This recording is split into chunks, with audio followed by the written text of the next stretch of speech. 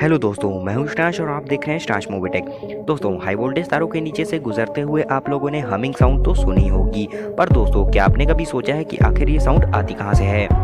नहीं पता तो चलिए मैं आपको बताता हूँ। साउंड प्रोड्यूस होती है कोरोना डिस्चार्ज के चलते। दोस्तों, कोरोना डिस्चार्ज एक प्लाज्मा का परता है जो कि तब बनता है जब वायर्स के आसपास की हवा आयोनाइज्ड हो जाती है और इसकी वजह से ही साउंड प्रोड्यूस होती है। दोस्तों, वीडियो अच्छा लगा हो तो वीडियो